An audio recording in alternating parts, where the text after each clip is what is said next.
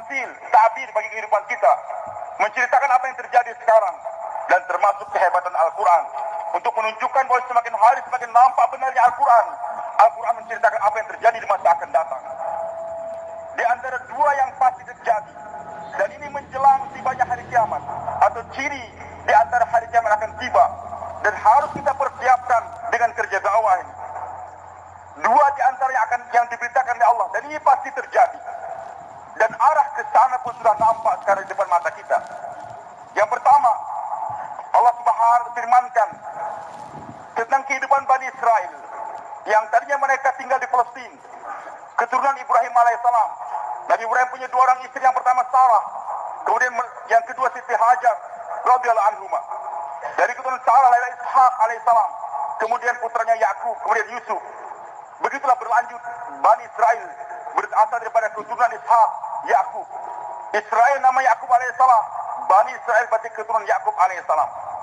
Hadirin, mereka pertama tinggal di Palestina, dibimbing oleh para anbiya, bahkan tidak kurang daripada ribuan nabi dikirimkan oleh Allah untuk membina Bani Israel. Tapi senantiasa kebanyakan mereka membangkang dengan ajarnya oleh para nabinya, sehingga kutukan Allah datang kepada mereka disebarkan di permukaan dunia. Wa qatta'nahum fil ardi umama, kami sebarkan, pisah-pisahkan mereka di penjuru dunia. Allah muliakan lagi mereka dengan datangnya Yusuf alaihissalam, dibawa ke Mesir, dimuliakan sebagai raja, menteri-menteri, pejabat-pejabat. Tapi karena jauh daripada ajaran para anbiya, kemudiannya mereka menjadi hamba-hamba saya, budak-budak di Mesir, membangun piramida dengan kerja rodi dan sebagainya. Allah ingin muliakan kembali Bani Israel dengan datangnya Musa alaihissalam, kembali kepada Allah, dimuliakan. Fir'aun pun dihancurkan oleh Allah. Dan Allah katakan setelah itu kepada Bani Israel, wa qulna min ba'di Bani Israel uskul ardh, kami katakan kepada Bani Israel, silakan tinggal di Mesir sekarang. Dan Allah katakan, fa idza jaa wa'dul akhirati ji'na bikum lafifa, nanti kalau sudah akan tiba hari kiamat, kami pasti akan kumpulkan kembali kalian di satu tempat. Janji Allah, Bani Israel yang sekarang tersebar di seluruh dunia, bahkan ada di Indonesia, suatu saat nanti akan dikembalikan ke tempat. Dan ulama sepakat tempat kembalinya Bani Israel adalah Palestina. Ini yang pertama, dan pasti akan terjadi. Dan arah ke sana pun sudah mulai nampak. Ketika kami berada di negara-negara miskin, termasuk di Sudan, di Yaman, di Mesir juga, orang-orang Israel yang ada di negara tersebut, di Habasyah, Ethiopia, sudah pada kembali dan dipersiapkan oleh pemerintah Israel sekarang, yaitu pemukiman-pemukiman. Hadirin, tanpa mengurangi kesemangatan saudara-saudara kita yang berjuang di Palestina untuk melawan Israel, tapi ingat, bagaimanapun juga usaha untuk mengusir Bani Israel dari Palestina suatu hal yang tidak akan mungkin terjadi. Janji Allah, mereka akan dikembalikan ke Palestina. Mereka akan berkumpul semua seluruh dunia. Yang miskin-miskin sudah mulai datang. Ingat suatu hari nanti, orang-orang Israel yang ada di Amerika, yang kaya-kaya, yang kaya di Eropa, yang kaya di Indonesia dan di Singapura, pasti suatu saat akan diusir oleh masyarakat dunia untuk kembali ke Palestina sana. Dan arah kita mulai nampak, orang-orang yang baik ingin berbuat baik kepada Palestina yang terzalimi, membawa sumbangan, membawa pengobatan dibom oleh Israel, sehingga hari demi hari akan nampak kebencian dunia kepada Israel. Dan itu skenario daripada Allah untuk menggiring masyarakat dunia membenci Bani Israel, sehingga suatu saat nanti orang Amerika akan paham mereka selama ini ditipu oleh Yahudi. Suatu saat nanti mereka akan sadar sesuai apa yang dikatakan oleh presiden mereka sekian tahun yang lalu. Suatu saat nanti Israel pasti akan diusir dari Amerika, dari Jerman sudah, dari Eropa yang lain pun akan terjadi. Hadirin dengan Subhanahu wa ta'ala. Dan sebenarnya orang Israel sendiri paham bahwasanya kubur kami yang terakhir adalah Palestina. Dikembalikan ke sana bukan untuk dimuliakan, tapi sebagai kuburan massal bagi mereka suatu saat nanti. Janji yang kedua ini pasti terjadi. Allah sudah ingatkan ketika makar orang Yahudi terhadap Nabi Isa alaihissalam. Mereka berbuat makar ingin membunuh Nabi Isa alaihissalam. Dan mereka katakan, Inna qatalna Masih Rasulullah, kami yang telah membunuh Isa alaihissalam. Tapi Allah katakan, wa ma salabuh wa ma qataluh, mereka tidak membunuh Isa dan tidak menyalib Isa, walakin syubbiha lahum, cuma diserupakan di antara salah satu hawariyin, pengikut Nabi Isa alaihissalam yang namanya Yudas Iskariot, telah berkhianat kepada Isa alaihissalam, dan dia bersekongkol dengan Yahudi untuk membunuh Nabi Isa alaihissalam, bersekongkol Yahudi dan Romawi, Sehingga hadir oleh Subhanahu wa taala, Allah sayang kepada Isa alaihissalam seorang nabi. Wa ma salabu, mereka tidak menyalib. Wa ma qataluhu wa ma salabu, mereka tidak membunuh dan tidak juga menyalib Isa alaihissalam. Walakin syubbiha lahum, Isa diangkatkan oleh Allah ke langit. Sementara Yudas yang berkhianat diserupakan dengan wajah Isa alaihissalam, ditangkap, dibunuh, disalib. Yang disalib adalah bukan Isa alaihissalam, tapi adalah Yudas, pengkhianat yang telah mengkhianati nabinya tersebut. Hadir Subhanahu wa taala, Nabi Isa diangkatkan ke langit, dan Nabi telah sabdakan suatu saat nanti Isa alaihissalam pasti turun ke bumi. Beliau belum meninggal dunia, tetapi kenabian beliau telah berakhir, karena diangkat dari bumi. Nabi diutus untuk bergerak di bumi, bukan di langit. Maka dengan diangkatkannya beliau dari bumi ke langit, kenabian beliau telah berakhir. Dan doa beliau akan dikabulkan di Allah. Di antara beliau mendoa, ya Allah jadikan saya nabi untuk ini umat. Allah katakan tidak. Mereka adalah umat Nabi Muhammad SAW. Ya Allah, jadikan saya salah satu daripada itu umat. Allah kabulkan. Nanti menjelang hari kiamat, setelah Imam Mahdi datang di Bai'at, umat menyatu kembali di bawah pimpinan Mahdi alaihissalam. Dan Nabi Isa akan datang di Damaskus, di Menara Putih, disambut oleh Mahdi alaihissalam bersama kaum muslimin. Ketika tiba salat asar, Imam Mahdi mempersilakan Nabi Isa untuk jadi imam. Beliau katakan tidak. Saya adalah umat daripada umat Nabi Muhammad SAW. Kamu yang jadi imam. Hadir Allah Subhanahu wa taala. Tugas Nabi Isa alaihissalam nanti ke dunia mengumumkan 3 perkara, kata Rasulullah. Dalam hadis yang sahih Nabi sabdakan demikian. Yang pertama, Nabi Isa akan mengiklankan di masyarakat dunia, aku bukan anak Tuhan, tapi aku adalah Rasulullah, dan sekarang aku menjadi umat daripada umat Nabi Muhammad SAW. Maka setelah diiklankannya yang demikian, Allah menceritakan dalam Al-Quran surah An-Nisa ayat 159, wa min ahlil kitab illa la yu'minu bi qabla mautih. Tidak ada satu orang pun ahli kitab. Para mufassir menjelaskan yaitu orang Nasrani. Tidak ada satu orang pun yang Nasrani di dunia kecuali beriman kepada Isa alaihissalam. Janji Allah, semua Yahudi akan dikembalikan ke Palestina, dan semua orang Nasrani akan mengucapkan syahadah masuk Islam semuanya. Tidak ada satu orang Nasrani pun akan tinggal di permukaan dunia ini. Dan tidak ada satu orang Yahudi pun yang berkeliaran di permukaan dunia. Semua kembali ke Palestina. Dan ini pasti terjadi. Arah ke sana pun sudah mulai nampak. Kemudian yang kedua, Nabi Isa mengilangkan. Nabi tugas yang kedua ada, Nabi Isa akan memotong semua salib-salib di gereja-gereja. Tugas yang ketiga, membunuh semua babi yang ada di dunia ini. 3 hadirin tugas Nabi Isa alaihissalam. Yang pertama, mengumumkan saya bukan anak Tuhan, tapi saya adalah Rasulullah, dan saya sekarang umat Nabi Muhammad SAW. Yang kedua, akan memotong semua salib di permukaan dunia. Dan yang ketiga, akan membunuh semua babi-babi di permukaan dunia ini. Berat tugas Nabi Isa alaihissalam untuk mengumumkan kepada seluruh masyarakat Nasrani di permukaan dunia. Padahal waktu itu alat-alat canggih sudah tidak ada lagi. Bahan bakar sudah habis.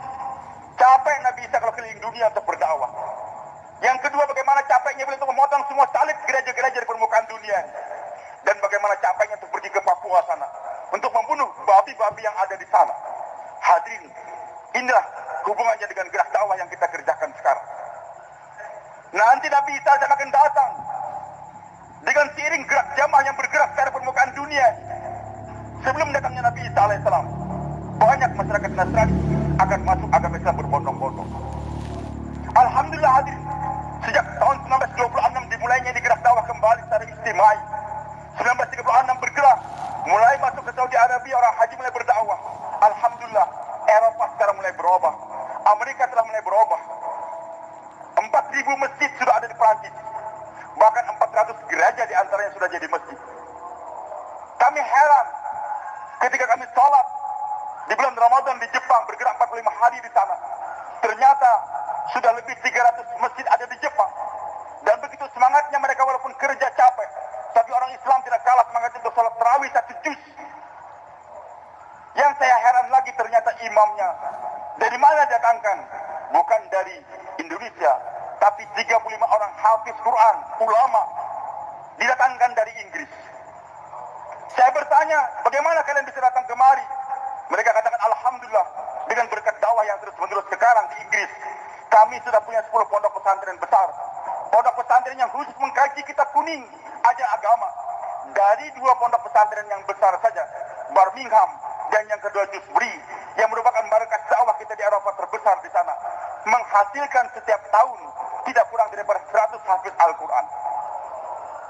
Orang tua kita, almarhum Dr. Nur Al-Idrus, semoga Allah mengangkatkan derajat beliau senantiasa, pulang dari Inggris bercerita kepada saya, ketika kami sholat tarawih di markas Dewsbury sana di Inggris, ternyata imam datang bertanya kepada beliau yang duduk di saf yang pertama, ayo hafiz Quran, bapak hafal Quran atau tidak? Beliau katakan tidak hafal, tolong pindah ke saf yang keempat. 3 saf pertama di Inggris hari ini, bulan Ramadan, diisi oleh para hafiz-hafiz Al-Quran. Panjangnya saf tidak kurang daripada 100 orang. Hadirin subhanahu wa ta'ala, dengan gerak dakwah ini hari demi hari, masyarakat Eropa akan masuk Islam. Begitulah hadirin Allah subhanahu wa ta'ala, dengan banyaknya orang masuk Islam, gereja-gereja sudah berubah jadi masjid. Sehingga nanti ketika Nabi Isa AS datang, kebanyakan gereja sudah berubah jadi masjid atau madrasah. Sehingga tidak capek lagi Nabi Isa untuk memotong gereja salib-salib yang ada di gereja sana. Dan ini pasti terjadi, janji Allah. Yang kedua, flu babi. Yang ketiga, yang pertama saya katakan masyarakat akan semakin banyak yang masuk Islam.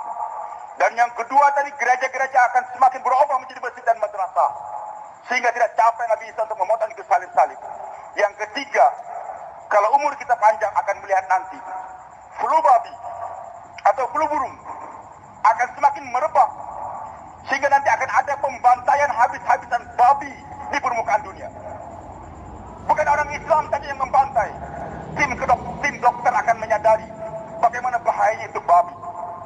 Maka setiap pemerintah, setiap negara mengusulkan, bahkan menggerakkan tentara dan polisi untuk membunuh babi-babi. Dan itu pasti terjadi. Babi akan habis di Papua, akan habis di Indonesia, akan habis di Eropa. Sehingga ketika Nabi Isa datang, tinggal babi yang ada sekitar negara Arab. Enggak capek bagi Nabi Isa untuk membunuh itu babi. Hadirin jamaah Jumat yang subhanahu wa ta'ala, inilah firman Allah. 2 kenyataan yang pasti akan terjadi. Yahudi akan dikembalikan ke Palestina, dan Nasrani akan masuk Islam semuanya. Gereja akan berubah, babi akan mati. Tinggal nanti menjelang akhir zaman, kata Nabi kita Muhammad SAW, peperangan besar akan terjadi antara Yahudi dengan kaum muslimin. Yahudi semua di Palestina, kaum muslimin di sebelah Jordania sana. Terjadi peperangan, tapi semua makhluk akan membantu umat Islam. Bahkan pohon, batu akan berkata, wahai muslim, di belakang saya ada Yahudi, bunuh dia. Enggak ada tempat bagi Yahudi untuk bersembunyi.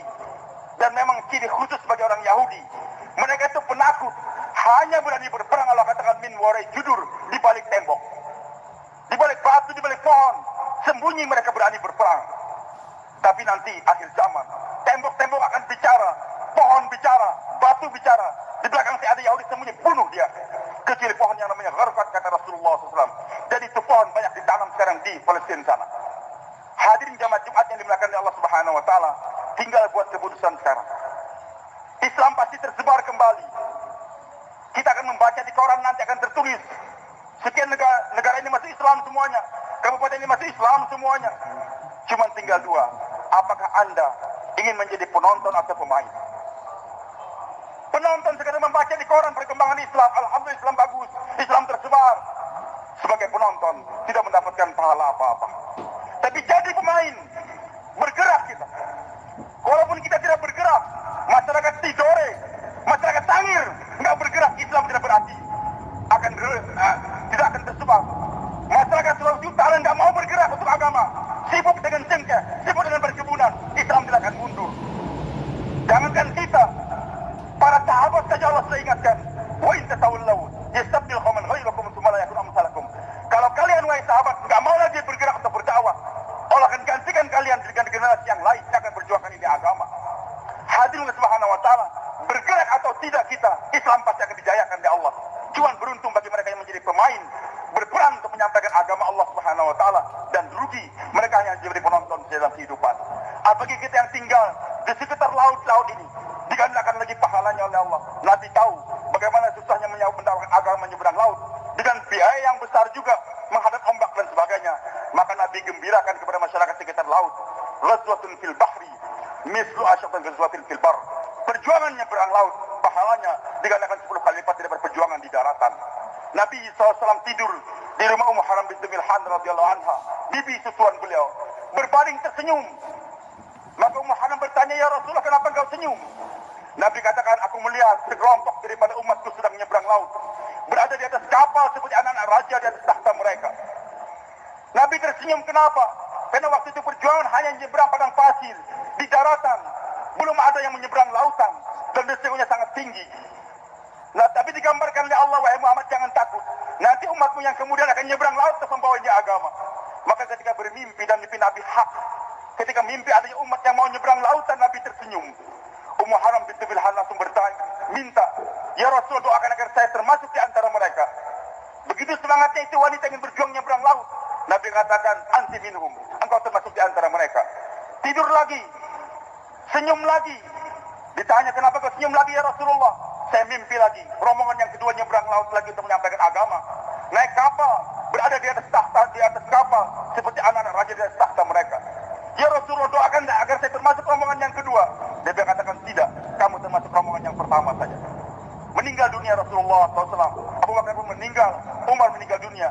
Utsman bin Affan radhiyallahu anhu menjadi khalifah di Madinah.